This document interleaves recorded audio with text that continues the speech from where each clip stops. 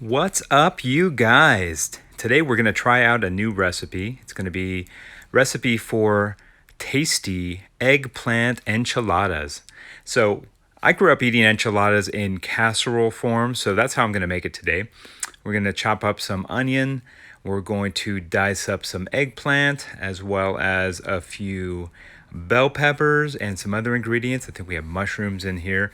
And then we're literally going to layer them out in a casserole dish, kind of like you would a lasagna. But this is all whole food plant based, and I'll show you guys how we peel all the vegetables, get that all prepared, and then we're gonna basically dip some corn tortillas in some vegetable stock, and then layer those. So we're just dicing up the eggplant once we've peeled that.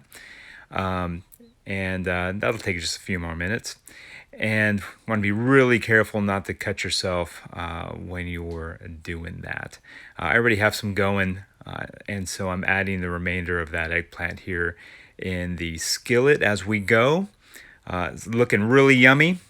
And so basically we're just going to braise all the veggies as we go. We'll chop up some red bell pepper. I like to use the small little steak knife for starters, and then we'll literally just slice that up, cut out the veins, and then we'll slice that into individual strips and then dice those strips up. And then we'll add that. You can see how it's coming along right here with the bell peppers added in. We're going to add some white button mushrooms in there as well, about a cup's worth. I'll make sure to add the recipe in the notes. So we're gonna just chop that up real coarsely. It doesn't have to be anything really fine. Then we're gonna add some Worcestershire sauce in there. I think we use about a tablespoon or so, but don't quote me. Check the recipe. We'll put that in there like so, and you can see it's coming along nicely.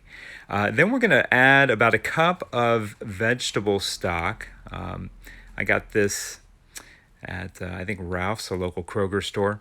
Here we're going to add about a cup of vegetable stock to a saucepan, and we're just going to warm that up. It doesn't have to be boiling or anything like that, but we are going to heat that up, and that'll allow it to sort of absorb into the corn tortillas. We'll dip those ever so slightly or gently in there.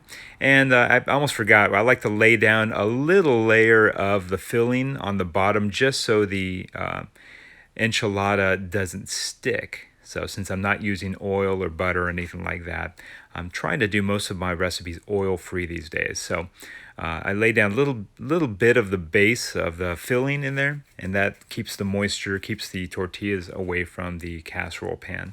So we're just gonna soak those in real briefly, and then we'll layer about 6 per layer. And I like to let the edges of the tortillas rise up or kind of creep up on the side for the first 2 layers. I won't do that for the top layer because I like to leave a little bit of room for the juice or for the sauce to kind of penetrate into the lower layers.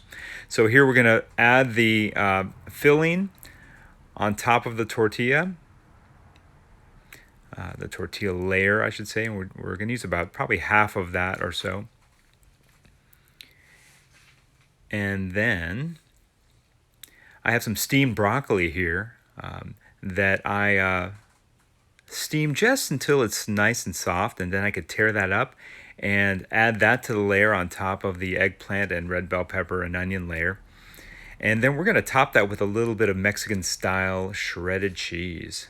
It's going to be amazing. So this particular recipe is more vegetarian in nature than whole food plant based, because obviously we are using some dairy here. And this is I did that mostly for the kids, because I live in a whole food / traditional American diet household. So there's the second layer of tortillas that we've dipped in there. And then I'm going to use the remainder of that stock and kind of just pour it over the tortillas, and you'll notice that it'll kind of seep into those little corners of the tortilla into the bottom of the enchilada. And then we're going to top off those tortillas, or that tortilla layer, with another yummy layer of the eggplant enchilada mix. Looks really good. And then another layer of the broccoli as well. So there's something about broccoli and cheese that I've always loved, but now that I'm dairy free, I'm not really partaking in that anymore. But this looks really good. I'll probably have a bite of this. It's not going to kill me. So, but it looks amazing. So we just top it off. This is the top layer, I believe. And so we will polish that off, like I said, with a little bit of the shredded cheese. I'll shake a little bit of paprika on top of that just for color and for flavor. Looks really nice. And then we will basically throw that into the oven. So I hope you enjoyed that. If you did, hit the like button and remember to subscribe to keep up with all the fun stuff. Have a great one, guys. God bless.